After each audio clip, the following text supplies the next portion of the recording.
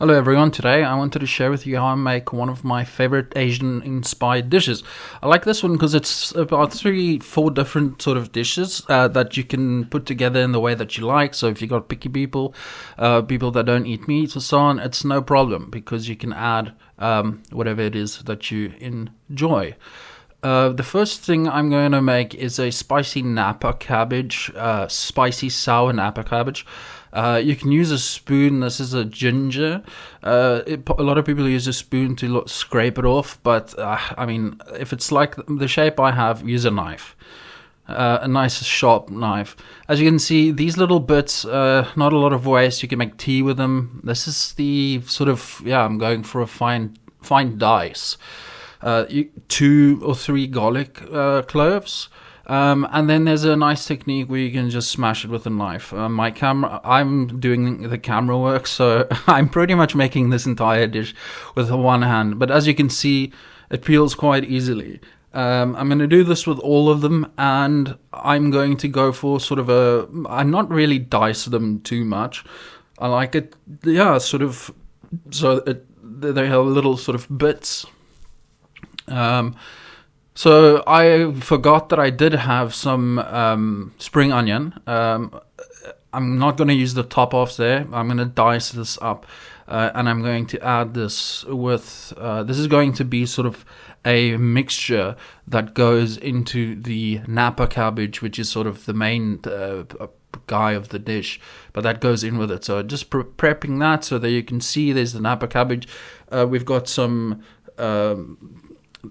Here we have the Napa cabbage, been in the fridge for a few days, so it's time to use it.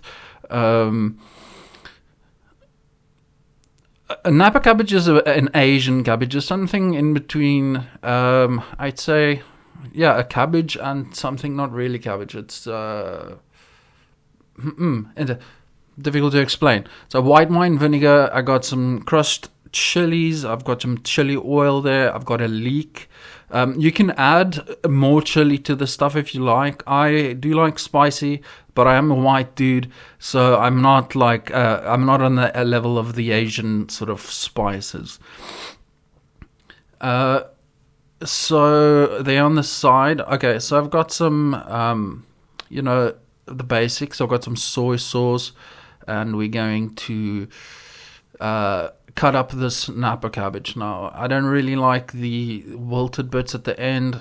The inner bits are a little bit better, but we'll cut off the little wilted bits. What I really want are just sort of nice chunks that are still have a bit of a crunch when you eat them. You can see the sizes of the chunks that I'm going for.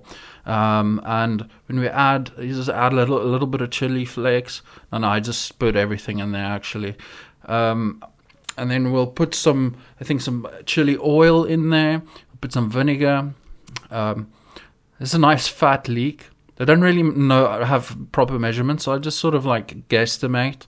I mean, it's really up to your taste really.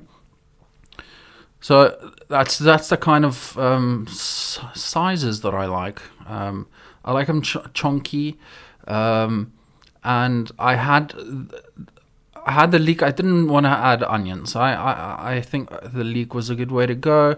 Adding some. It says peri oil, but it's pretty much chili oil. You can make your own chili oil. It's quite easy. I'm adding some white wine vinegar. So it gives it sort of a nice vinegary tang to it. Got some basic soy sauce, and what is my next move? I can't remember. Okay. So you mix it, and then I forget to add a bunch of stuff. So I keep washing my hands and then mixing it up again. But you just want to obviously get the oil and all of the wet ingredients in there. Don't worry, I wash my hands frequently. Looking good. All right. See, I forgot. So this goes in along with it. This adds a lot of aromatics. Obviously, it's got the ginger, it's got the garlic, and it's got the spring onions. Now, I do have some more spring onions on the side there that I like to have some fresh bits.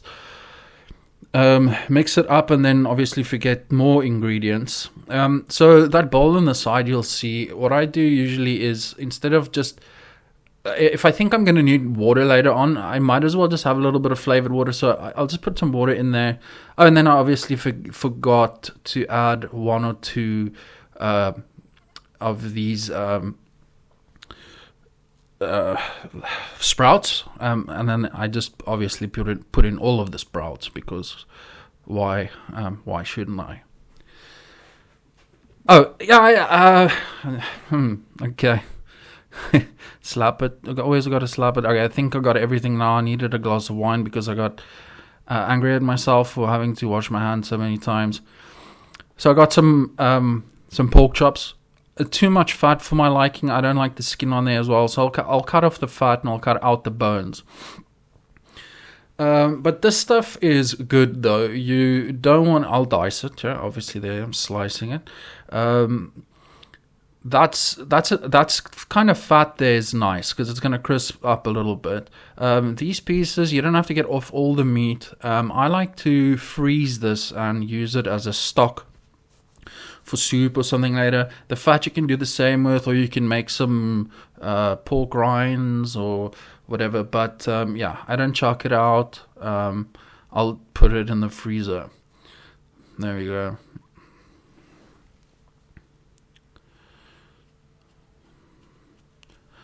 Now we'll cut up these in nice bits. You can do it however size you like. This is the kind of size that I like.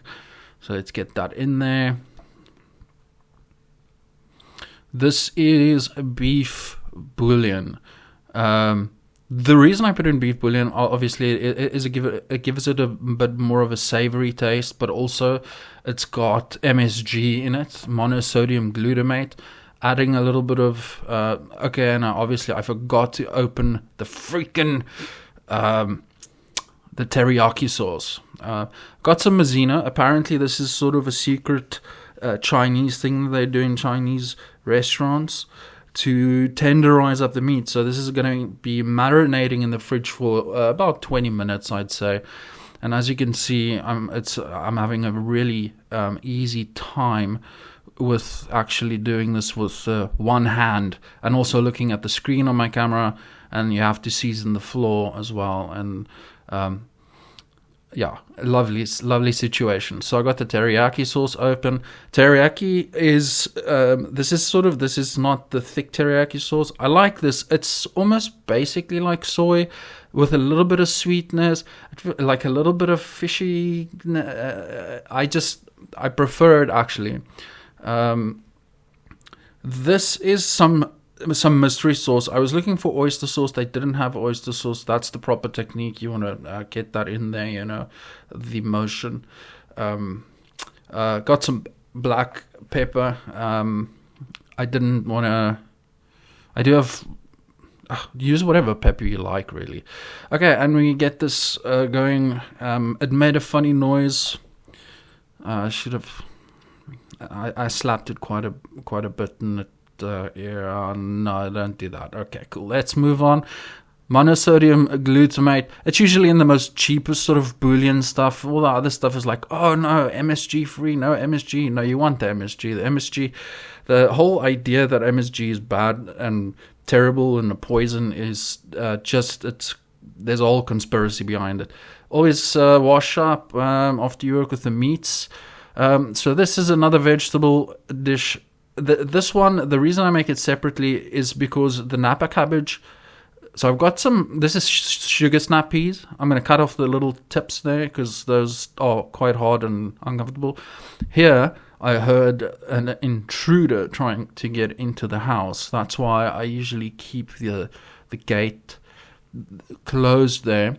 And you can see who it is. Yeah, these little bastards get into your house. They're like ninjas. So I've got the gate there for safety. Anyway, so I cut up the spring onions into large chunks. I didn't dice them.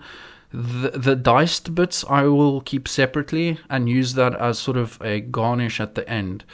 And you can use as much or as little as you like. The reason I'm making this separately is because I'm using much more sort of the sweeter sauce that's supposed to be. It's supposed to be like oyster sauce, which they didn't have. It's just got a different flavor profile and a different cooking time. And I also, sometimes I prefer having a little bit more of the green vegetables and so on.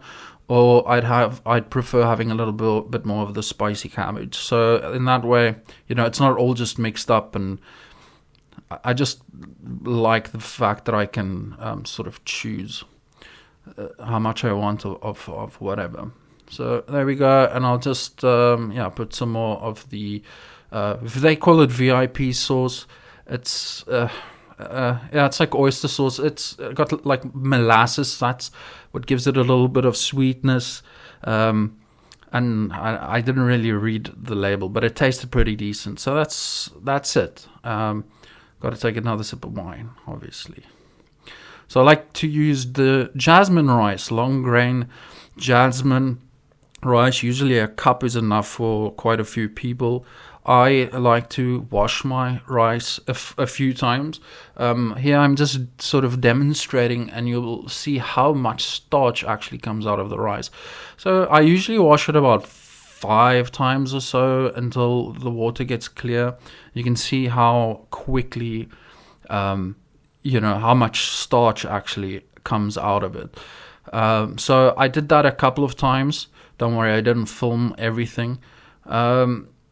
So that also I wanted to say something about the sort of the ratio of how much water to rice and so on. If you read the packaging, it says basically 2 to 1. But I found that it's just too much water if you rinse it. So I will rinse it, and then you can see the water after a few rinses becomes quite clear, and there's a lot of residual water in the rice. So I'll just add 1 cup, 1 to 1 basically. There's a little bit less, but. So then I crank up that guy. I salt and make sure to salt your counter as well. That's important.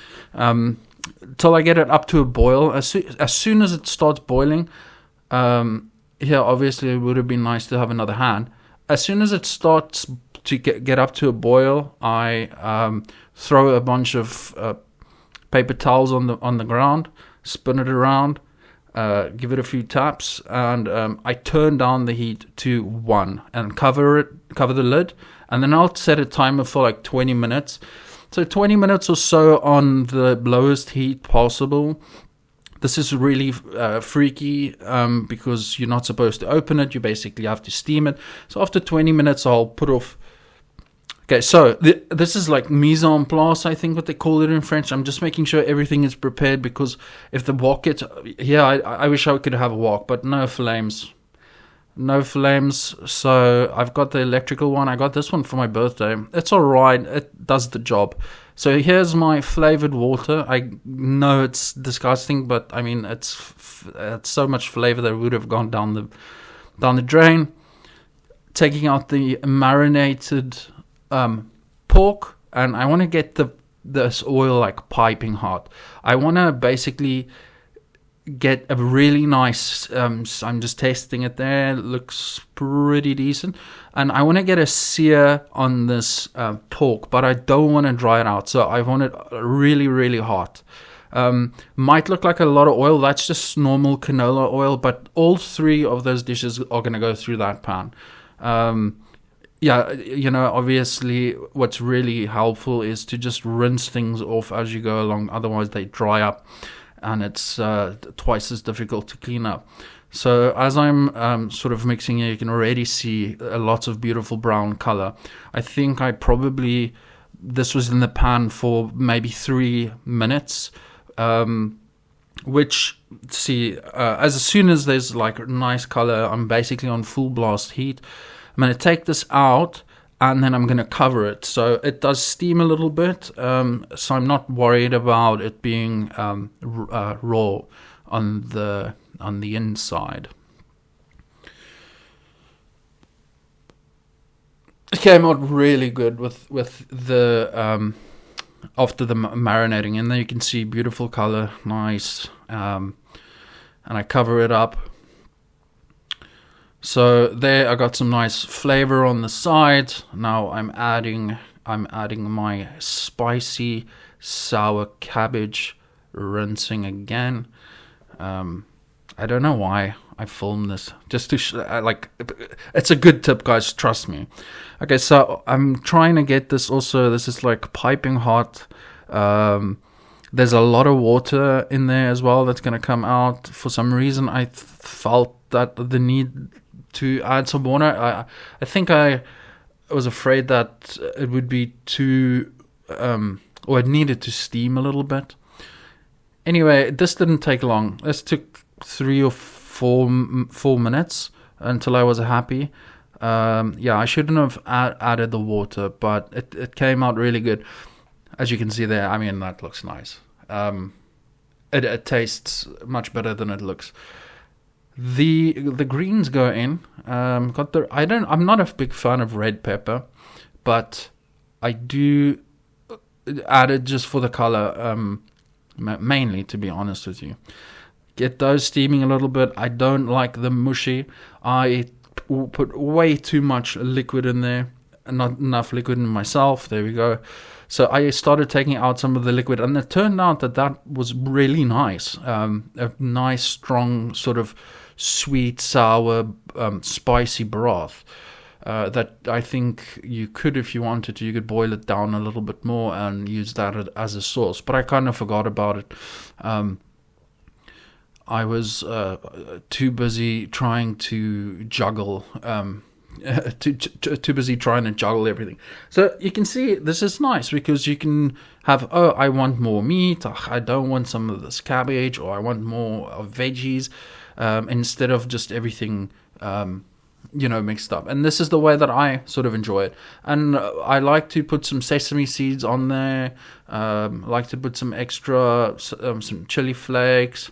And as you can see, I mean, this was really, really delicious. The pork was moist. The everything was great. Like, the flavors came together really well. I think it's quite a healthy meal.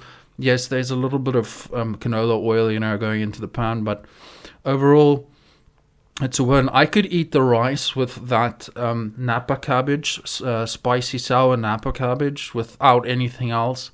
But overall, I mean, really good. Yeah, I mean, there's no shame in using a spoon to eat some rice. Is this my first mukbang video? Jeez. All right. Anyway, super proud of myself. I'm probably going to eat this meal for the next 2 days. So cheers, everybody. Thank you. Hope you enjoyed.